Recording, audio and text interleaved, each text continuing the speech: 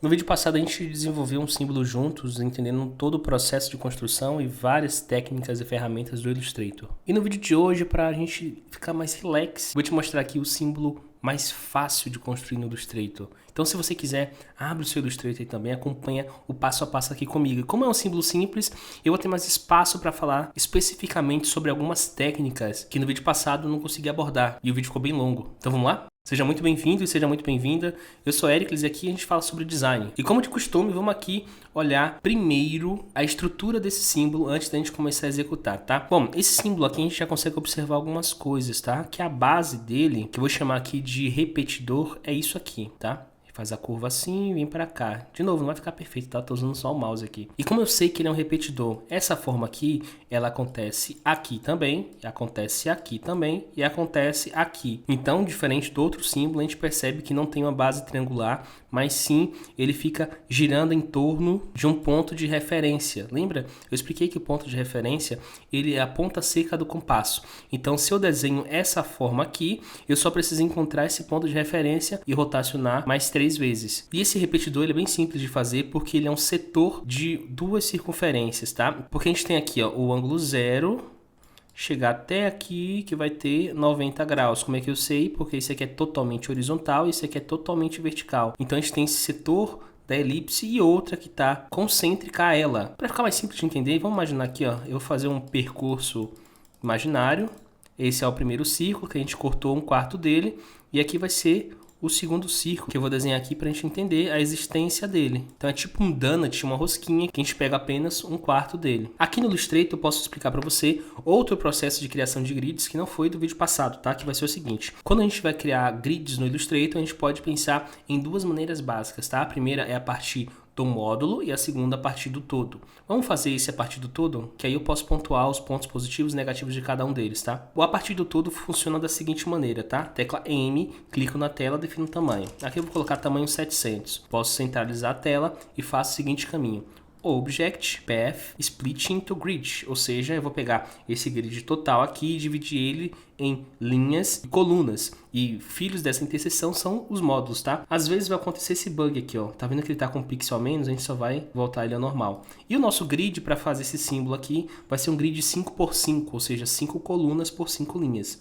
Se eu utilizar o scroll do mouse, que é isso aqui para cima, eu aumento o número de linhas, tá? Então aqui 5 resultou na altura de 140 pixels e aqui 5 também, que resultou em 140 pixels. Aperto o OK e a gente tem essas formas aqui. Qual a parte boa de fazer isso? É que você pode experimentar grids a partir desse processo. O que acontece quando você aumenta o número de módulos aqui? Você faz com que o ajuste seja mais fino. Diferente se você diminuir o número de módulos, que você vai ter uma espessura muito mais grossa, caso você utilize o módulo como medida para a espessura, e o espaçamento também mais grosso. Então aqui a gente consegue, por exemplo, pegar um desenho que foi feito, escaneado ou tirado foto. Quando a gente joga aqui, esse processo eu acho mais interessante para a gente descobrir qual a espessura que a gente vai dar para esse símbolo. Qual o ponto negativo aqui? Esses elementos, eles não são quadrados, tá? Eles são caminhos. E como é que eu sei o tipo de objeto que ele é? Se a gente olhar aqui na parte de cima à esquerda, perceba que está aqui ó, como path, o tipo de objeto que ele é. Mesmo se eu chegar aqui em Object, Shape, converte shape, todos viraram retângulo, certo? Só que não tem uma das características que eu gosto no retângulo, que é ter um centro marcado. Como é que eu sei que não tem um centro marcado? Se eu aproximo o cursor aqui do centro, ele não indica, assim como indica aqui ó, no Anchor. Quer ver como é que acontece? Se eu criar um retângulo tamanho 140, que é o tamanho do módulo, né? A gente tem aqui a divisão entre ele, né? Tem o Anchor, tem o Path, que é todo o caminho, e tem aqui o centro. Mas tem uma maneira de a gente voltar atrás nisso, tá? Seleciona todos os quadrados, o Window, a gente vai em Document Info, Attributes, e marca aqui ó, nessa opção, Show Center. Pronto, agora todos estão com o centro marcado. Tá gostando do vídeo? Então deixa seu like aqui embaixo. Se não é inscrito no canal ainda, pô, se inscreve aqui, é de graça, rápido. Beleza. Esses são os pontos positivos e negativos desse processo de construção de grid que é feito a partir do todo. Só que tem também aquele que eu te falei antes, que é a partir do módulo. Então, eu sei que o módulo tem 140. Fiz um, Alt e Shift para jogar para o lado. 2, 3, 4, 5. Eu estou apertando a tecla de atalho Ctrl D para duplicar ele para o lado, tá? Seleciona tudo, joga para baixo com o mesmo atalho. Alt para poder duplicar e Shift para manter o mesmo eixo, seja ele horizontal ou vertical. Ctrl D para duplicação, 3, 4, 5. Seleciona tudo, nesse caso aqui, para eu ter todo o grid selecionado, Ctrl G para agrupar e alinho ao centro da minha artboard. Ctrl Shift G para desagrupar, posso chamar isso aqui de grid. No final das contas, eu tenho o mesmo resultado, retângulos com centro marcado e que formam um grid 5x5 com tamanho de módulo 140. Chegamos aqui, bloqueio o que é grid. Vou criar uma outra layer chamada Guides, como eu falei antes. Esse é meu processo de construção, é separar o que é grid, que sempre vai ser modular, do que é guide, que é algo que tem uma fidelidade maior com o nosso símbolo final. E de novo, eu separo as layers aqui para eu ter um certo controle de selecionar tudo que é grid e nesse caso aqui diminuir a espessura, porque aí visualmente eu consigo identificar o que é grid e o que é guide. Como eu falei, o processo de construção desse símbolo é muito simples. Guides selecionadas, vou aqui ó, aumentar a espessura, eu normalmente coloco 2 pixels, ou 2 pontos nesse caso aqui, e com a tecla L eu vou criar um círculo, ou seja, a tecla Shift pressionada, para que seja um círculo perfeito, e vou fazer ele com 4 módulos. Eu vou alinhar ele à base do nosso grid, certo? E fazer o círculo que é concêntrico a ele, ou seja, concentro no mesmo lugar, Ctrl C, Ctrl F. Posso diminuir utilizando os controladores laterais, porque eu não recomendo que você utilize os controladores diagonais para fazer esse tipo de trabalho, porque fica mais difícil de você perceber quando encosta assim, tá vendo? Então eu prefiro usar os laterais e a tecla de atalho Shift e Alt. Fizemos aqui o círculo concêntrico e vão ter duas maneiras de a gente chegar no mesmo resultado. A primeira maneira, eu vou só criar uma cópia dos guides, ocultar ela aqui. Para fazer isso eu utilizei a tecla Alt e arrastei para cima. A gente pode fazer o seguinte, ó, eu posso fazer uma linha para cá, importante que ela seja maior do que o círculo, e outra linha para cá. Align Segment Tool, eu estou usando a tecla de atalho barra invertida para chamar ela, tá? Feito isso, olha o que a gente pode fazer. Selecionar tudo, Shift M, que é a mesma ferramenta que eu mostrei antes, que é a Shape Builder, e marcar isso aqui, ó. Eu quero só essa parte. Pronto, é uma maneira de você chegar nesse resultado.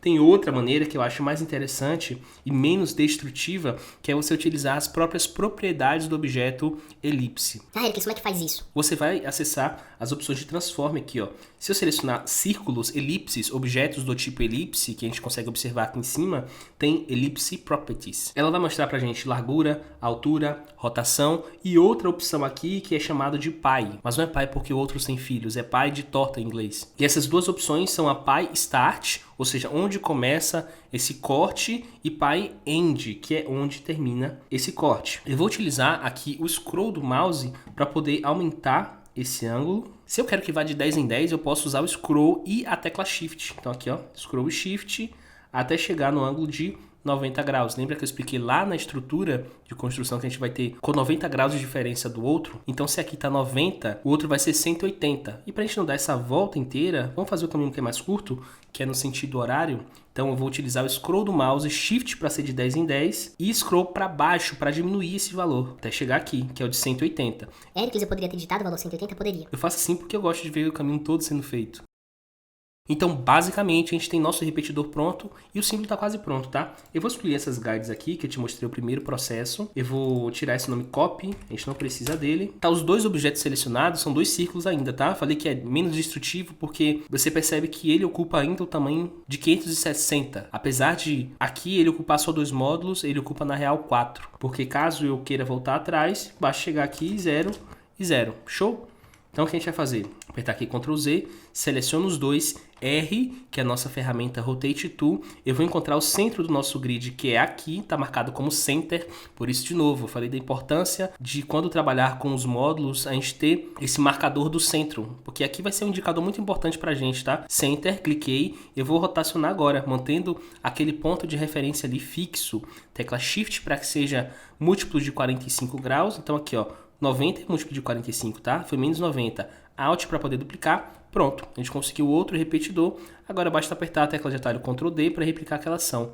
Mais uma vez, e o nosso símbolo está 98% completo. O que a gente precisa fazer aqui é só o recorte desse vazado aqui. Então o que eu vou fazer? Alt, jogo para cima a Layer Guides, oculto a Layer Guides, vou chamar aqui de Final ou Final. De novo, pelo mesmo motivo de que caso eu faça alguma coisa errada, eu tenho a minha layer de backup ali salva, tá? Então a gente sempre vai editar a cópia da Layer Guides, não necessariamente a própria Guides, porque se der alguma merda, a gente vai ter que fazer todo o processo de novo. Vou apertar Ctrl Z um monte de vez até chegar naquele resultado. Aqui eu vou utilizar o método de combinação de formas através da ferramenta Shape Builder, tecla de atalho Shift M. Se no vídeo passado eu te mostrei como é que faz a somatória das formas, aqui eu vou te mostrar como é que faz a exclusão. A gente não vai clicar e arrastar só. Tecla Alt, perceba que o ícone dele mudou, tá vendo que apareceu menos ali, e agora eu vou clicar e arrastar para excluir isso aqui. excluo isso aqui. Se a gente abrir a nossa layer, a nossa camada dos objetos, tem 4 objetos ali. A nossa forma tem 4 objetos. Tecla V para voltar para a nossa Move Tool, Shift X e o nosso símbolo está totalmente pronto.